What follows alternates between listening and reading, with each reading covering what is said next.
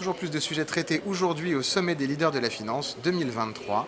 En direct du pavillon d'Armenonville, j'ai le plaisir d'accueillir Karine Havas, Chief Financial Officer chez Bureau Veritas. Bonjour Karine. Bonjour.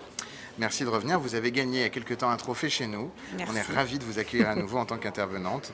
On reviendra sur les sujets dont vous avez parlé dans un instant. Corinne Aurému, vous êtes directrice générale chez Vendôme Associés. Vous êtes une experte de la chasse de tête, de l'approche et sur les profils top level. Comex et fonction finance essentiellement, mais pas que. Pas que, puisque nous sommes un cabinet en effet de chasse de tête dans l'ensemble des services financiers, mais c'est vrai qu'au-delà des banques, de l'assurance, des fonds de private equity ou des sociétés de gestion privée, on intervient régulièrement pour les directions financières de corporate.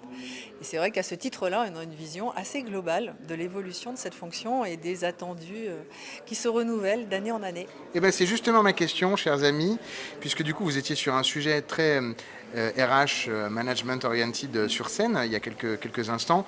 Le leadership crucial dans la fonction finance, pour incarner la fonction, mais également pour la projeter vers les nombreux projets qu'elle doit délivrer. Vous l'avez toutes les deux bien compris. Quelle est votre vision de ce sujet, de l'empowerment? Comment vous transmettez aux équipes?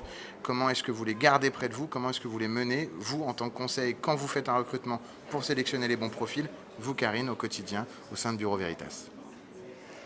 C'est vrai qu'aujourd'hui, dans l'ensemble des fiches de poste, on sait bien que transformer des projets, être agile dans la conduite de ces projets, ça fait vraiment partie du b.a.-ba de la fiche de poste du CFO. En revanche, c'est vrai qu'avec l'accélération des crises récentes, que ce soit les pandémies, les conflits, et puis une succession en fait de projets à long terme qu'il va devoir mener, que ce soit la transition énergétique qui revoit complètement les business models, on a par définition des besoins maintenant d'une vraie expression de leadership du directeur financier qui, au-delà de ses compétences de communication, de pédagogie, va devoir, soit auprès de la direction générale, soit en interne, mener les équipes, les retenir, alors qu'on est sur des marchés de candidats, c'est-à-dire qu'il y a beaucoup de ces candidats qui peuvent avoir plusieurs offres, et donc leur donner envie de créer et de participer à l'aventure commune, et en même temps, par son influence, par ses bonnes pratiques, comment les retenir plus longtemps que d'autres concurrents. Non, je rejoins tout à fait ce que vient de dire Corinne. On voit au fur et à mesure des évolutions avec les crises successives et les enjeux que nous, en tant que CFO ou manager de la finance, nous rencontrons quotidiennement. Le leadership est vraiment un axe essentiel, non seulement de développement en tant qu'individu, mais en tant que communauté, je dirais, finance au sein de l'entreprise. Et il est important d'en tenir compte et de le considérer, je dirais, à l'équivalent pratiquement des compétences techniques de financiers. Aujourd'hui, c'est ce que disait Corinne, je pense que les compétences techniques, on part du principe que c'est un acquis, c'est un prérequis. Et aujourd'hui, ce qui fait la différence, et je dirais, ce qui est important de comprendre, c'est dans toute l'organisation, non pas seulement au niveau du top de direction, de CODIR, mais aussi au niveau hiérarchique, peu importe le niveau hiérarchique, d'avoir des leaders, des gens qui, dans leur quotidien, sont capables d'embarquer, de mener un projet, d'influencer, de servir aussi en tant que business partner la vision de l'entreprise et du business complètement. Et ça, c'est aussi important, c'est ce que vous disiez en introduction, je pense, c'est une composante qui est majeure aujourd'hui dans la projection qu'ont nos collaborateurs de pouvoir se développer aussi bien d'un point de vue technique que d'un point de vue personnel. Et est-ce que vous avez, en 2 mots, mais est-ce que vous avez une boussole, une méthodo, justement managériale? Parce qu'une fois qu'on dit qu'il faut des leaders, à la limite, c'est bien de le dire, mais derrière, le mettre en place, c'est autre chose. Est-ce que vous avez votre recette à vous pour favoriser ça?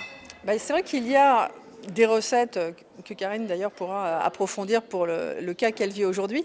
Mais ce qui est très important par rapport à la méthodologie ou les plans d'action, les bonnes pratiques que l'on peut avoir, c'est d'avoir une vraie cohérence, un vrai alignement entre ce qui est dit et la réalité vécue. Et donc c'est vrai, si on souhaite plus d'autonomie en effet pour les équipes, si on souhaite les responsabiliser, il faut que dans la réalité, on leur donne le sens, plus de lucidité, mais que ce soit une vraie preuve au quotidien. Donc il faut être en cohérence entre ce que l'on dit et ce que l'on fait. Et puis de temps en temps, c'est aussi avoir ce courage managérial d'expliquer les choses, de faire des feedbacks constructifs pour avoir cette sincérité, cette authenticité managériale qu'ont les vrais leaders en fait. Non, je suis complètement d'accord. Et alors, pour répondre à la question, d'un point de vue peut-être un peu plus concret, j'ai un peu des tocs et je pense qu'en termes de leadership, et le premier, et je rejoins complètement ce que vient de dire Corinne, ce que j'appelle le leading by example en fait. Et je pense, alors c'est très valable dans le milieu du sport, je fais toujours cette analogie, mais dans l'entreprise également, on a besoin tous, autant qu'on est, quel que soit notre job, d'avoir un modèle inspirant et de pouvoir non pas s'identifier mais vraiment s'inspirer et suivre. Et ça correspond un petit peu à cet alignement entre ce qu'on dit, ce qu'on fait, qui on est, qu'est-ce qu'on paraît, qu'est-ce qu'on donne. Et donc ça c'est le premier toc que j'ai, c'est vraiment Point de repère. Ouais, point de repère et de faire en sorte d'être en tout cas, donc faire ce leader qui lead par l'exemple. Il y a une deuxième chose, et je le disais juste en introduction, et on le disait, c'est vraiment faire un effort sur la formation, sur le développement des compétences personnelles. C'est-à-dire que ce n'est pas juste en parler, mais le proposer. Donc là, je propose notamment, grâce à Bureau Veritas, qui m'en donne l'opportunité, des formations, notamment avec Berkeley, sur le développement de ces compétences managériales, au-delà de managériales, de leadership, vraiment du style de leadership. Et le plus important, le troisième TOC, c'est la pratique. Donc ça encore, ça vient du milieu du sport, mais en fait on s'entraîne. Et si on ne s'entraîne pas, ça reste théorique, ça reste un discours, ça reste abstrait.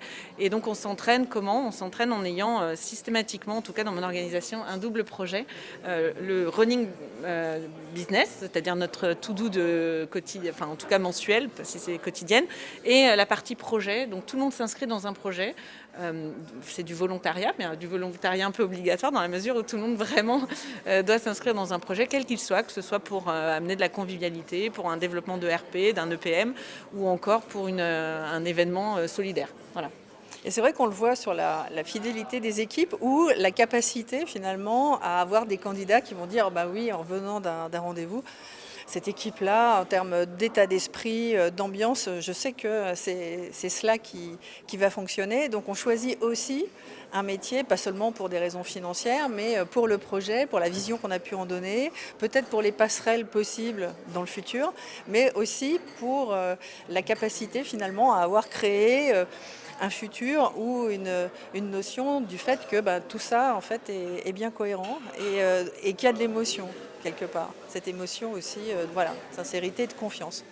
Belle confiance, émotion, une belle façon de clôturer ce moment ensemble. Vous l'aurez compris, le sommet des leaders de la finance, on y parle certes de finance, mais également des sujets de leadership, des sujets people, des sujets qui font le quotidien des directions financières des grands groupes.